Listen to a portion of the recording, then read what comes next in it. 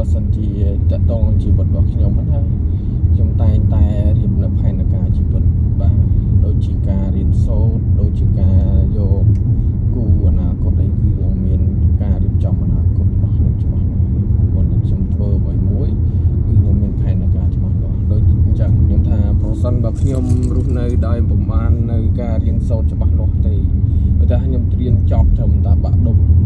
អញ្ចឹងខ្ញុំគិតហើយថាខ្ញុំមិនអាចទៅធ្វើការងារអ្វីបានក្រៅតែអំពី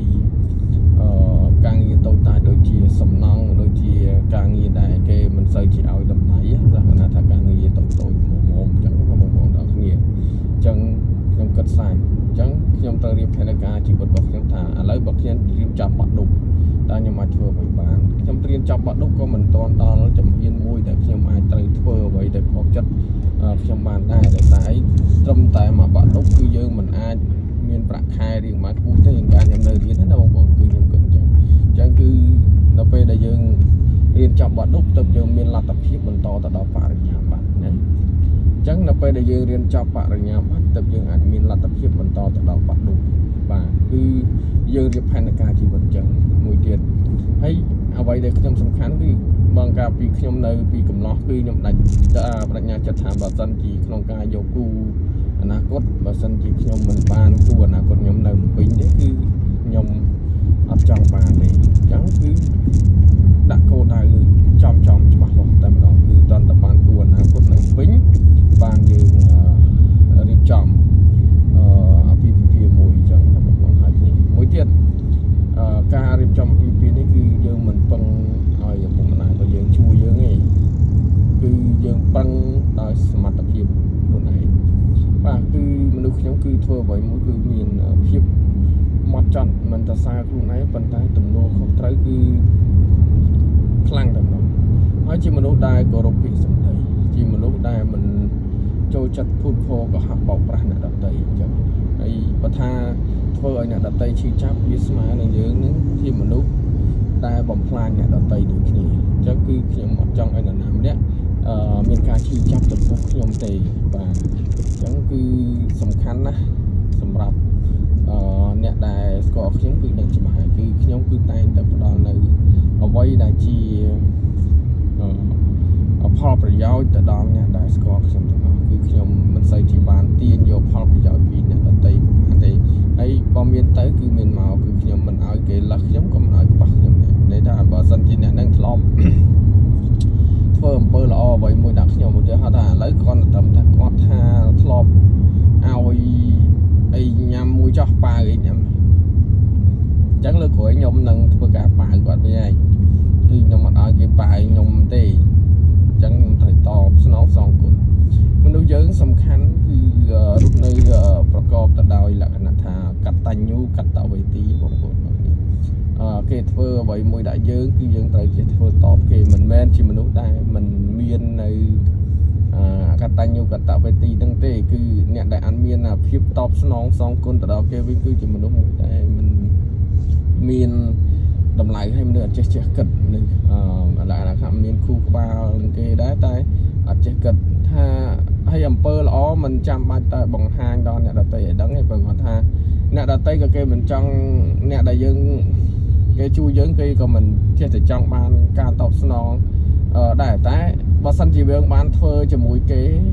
នោះគេនឹងសប្បាយចិត្តបងប្អូនអរគ្នានៅពេលដែលយើងធ្វើអ្វីមួយឲ្យគេសប្បាយចិត្តឧទាហរណ៍ថាមិនចាំបាច់អីច្រើនទេយើងត្រឹមតែរំលឹកនិយាយឲ្យគេឮ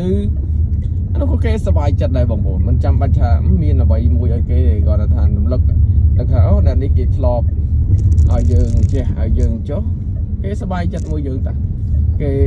មិនចង់បានអីច្រើនទេគ្រាន់តែចង់ដឹងថាអ្នកឯងធ្លាប់មានគុណូបការៈអ្នកឯងធ្លាប់ជួយចេះជួយចុះគឺគេដឹងតែម្ដងបាទគេសប្បាយចិត្តអញ្ចឹងហេតុអីបានជាបច្ចុប្បន្នគឺយើងឃើញថាអ្នកដែលធ្វើបន់ច្រើនតែសម្ដែងនៅលើ social media គេឃើញចំណុចហ្នឹងគឺខ្ញុំទទួលស្គាល់ថាមនុស្សដែលគេចង់ឲ្យឃើញមិនថាគេមិនថាខ្ញុំឯកាលណាមានការសរសើរមានការលើកទឹកចិត្តគឺមនុស្សនោះនឹងប្រឹងប្រែងធ្វើទៅមុខទៀតតែប្រសិនបើ ធ្វើឲ្យមិនបានការសរសើរមិនបានការមើលឃើញអំពីមនុស្សជុំវិញខ្លួនសួរថាមនុស្សនឹងចង់ធ្វើទៀតអត់ចង់ទេគាត់នឹងដកថយទេតែបើសិនជាមានការសរសើរនិងលើកទឹកចិត្តអំពីមនុស្សជុំវិញខ្លួនណាមនុស្សនឹងធ្វើងាប់ចោលបងប្អូនអរគ្នាមិនថាធ្វើអីមួយទេសម្បីតែធ្វើការងារតូចធំនឹងឲ្យតែបានមេសរសើរការងារនេះល្អអញ្ចឹងការងារនេះល្អនោះ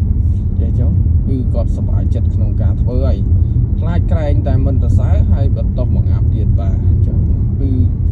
នរណាក៏ចង់បានពាក្យសរសើរដែរបាទធ្វើប៉ុនគឺចង់បានមុខមាត់ដូចតែគ្នានឹងអត់មាននរណាម្នាក់ធ្វើប៉ុនអត់ចង់បានមុខមាត់តែបងប្អូនជឿទៅហើយការដែលគេបង្ហាញនៅលើសង្គមសង្គមវិទ្យាក៏គេចង់ឲ្យមនុស្សម្នាជុំវិញខ្លួននឹងឃើញថាខ្លួនឯងគឺជាមនុស្សដែលមានចិត្តប៉ុនចិត្តសប្បុរសមិនថាខ្ញុំមិនថាគេទេគឺដូចគ្នាទាំងអស់អញ្ចឹងណាបងប្អូនដល់គ្នាបាទនៅក្នុងនាទីថាមនុស្សរស់នៅត្រូវមានវិន័យមិនត្រូវជាមនុស្សដែលមិនស្គាល់វិន័យខ្លួនឯងទេអញ្ចឹងដូចជាខ្ញុំនេះកំពុងតែជិះទៅអត់កញ្ចក់ជនអតិថិជននៅបូរីវិលៀមដែលមានចម្ងាយពីផ្ទះខ្ញុំប្រហែលជា15គីឡូម៉ែត្របើតាមខ្ញុំមើល Google Map ណាបងប្អូនអរគ្នាហើយ15គីឡូម៉ែត្រនេះយើងបើសិនជាក្នុងករណីដែលយើងជិះក្នុងក្រុងដែលមិនទាន់មនុស្សចេញអ៊ូអណាដែលពេលដែលមនុស្សចេញអ៊ូអទៅធ្វើការគឺចំណាយមិនក៏កន្លះម៉ោងទៅ1ម៉ោងដែរបងប្អូនអរគ្នាតែនៅពេលដែលយើងមានវិន័យយើងត្រូវក្រោកពីព្រលឹមទៅអោតកញ្ចក់ឲ្យភ្ញៀវទៅមានន័យថាយើងមានវិន័យគឺយើងត្រូវធ្វើអ្វីមួយដោយលក្ខណៈថាមានការកំណត់ច្បាស់លាស់អីចឹងណាបាទអញ្ចឹងគឺយើងត្រូវងើបមកគឺយើងមានការកំណត់ថាឥឡូវបើសិនជាយើងមកពីម៉ោង4ម៉ោង5កន្លះឬក៏ម៉ោង5យើងងើបមកគឺជិះមកទៅលាយវឹងអញ្ចឹងហ៎តែបើសិនជាយើង